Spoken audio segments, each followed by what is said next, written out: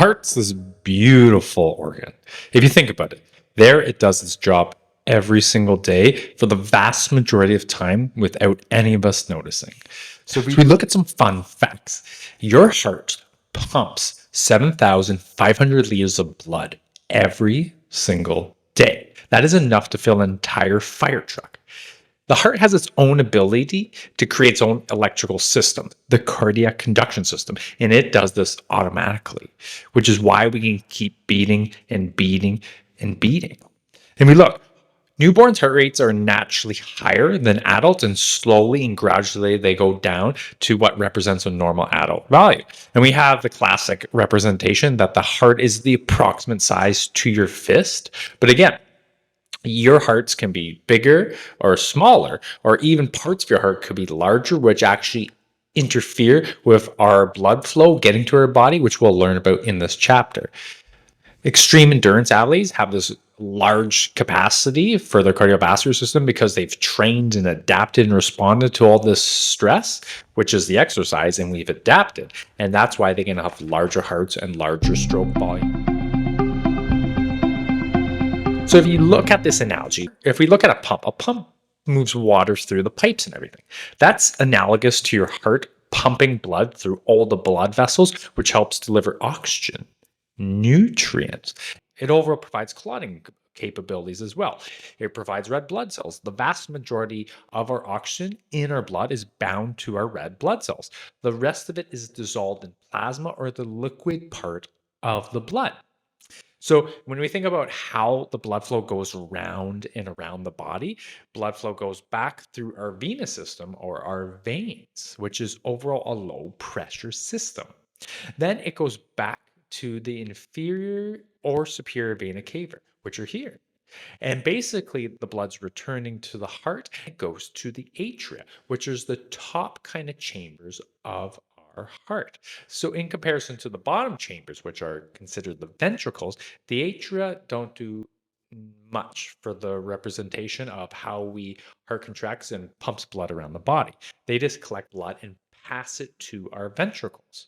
However, we have to have these one-way doors between the atria and the ventricles, so you don't have blood going through when it's not supposed to. And this is important because if you look, sometimes when you learn in your PCP and ACP curriculum, you'll know that people have disruptions or disease processes in their valves, which can help interfere with proper blood flow and distribution, but that is for another module. So we look, you have these two different valves between the atria and the ventricles. Those are considered the atrial ventricle valves. So you have the tricuspid valve.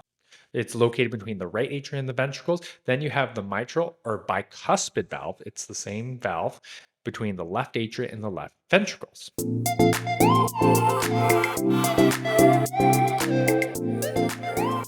But if we now hone in on the ventricles, these are the muscular pumps that blood out to the lungs and through the rest of the body. The right ventricle pumps blood to the lungs. So if you have an actual coordination of our blood flow, so blood comes back from our heart, goes to the inferior and superior vena cava, it gets collected in the right atria, then it gets moved to the right ventricle where it goes to the lungs to pick up oxygen. Because when it returns to the heart on the right side, it's deoxygenated, which means without oxygen. So it's like, obviously, I need sufficient and optimal amounts of oxygen to go back to my heart and get distributed around the body. That's how we thrive and survive. So it gets pumped to the lungs, but that's pretty close an approximation. So it doesn't need a large muscle to do that. So once it goes to the lungs, it gets picked up. It goes back to the pulmonary veins, and it goes in the left side of the heart. So then it goes to the left atria, which goes to the mitral valve or the bicuspid valve to the left ventricle. Now, when you feel someone's pulse and it's creating this contraction or your heart to the entirety of the body, which is so key. And you can see if people have a disease state, such as they have a heart attack that adversely affects a significant portion of their left ventricle, you could see that compromises blood flow to potentially the whole body. So that is why it's so important to know these functions and different parts of our body. However, if we look at the comparison in between our right ventricle versus our left ventricle, the right ventricle is naturally smaller in comparison to the left because it doesn't have to pump as far, which is key. But it has this beautiful capability of being able to stretch to a certain physiological point and overall increase the strength of its contraction.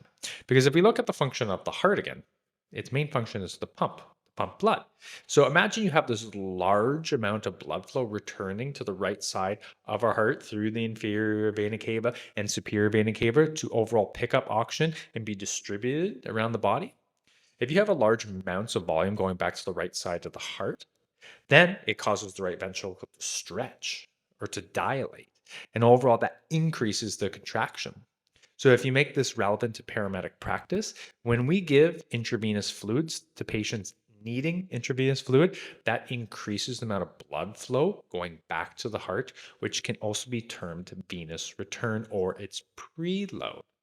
Then, when it returns back to the heart, it stretches the right ventricle, which increases the contraction for it to be ejected to the lungs and overall pick up oxygen, return to the left side of the heart, and be distributed around the body. So, if you think of the Frank-Starling law, it can be analogous to a water balloon.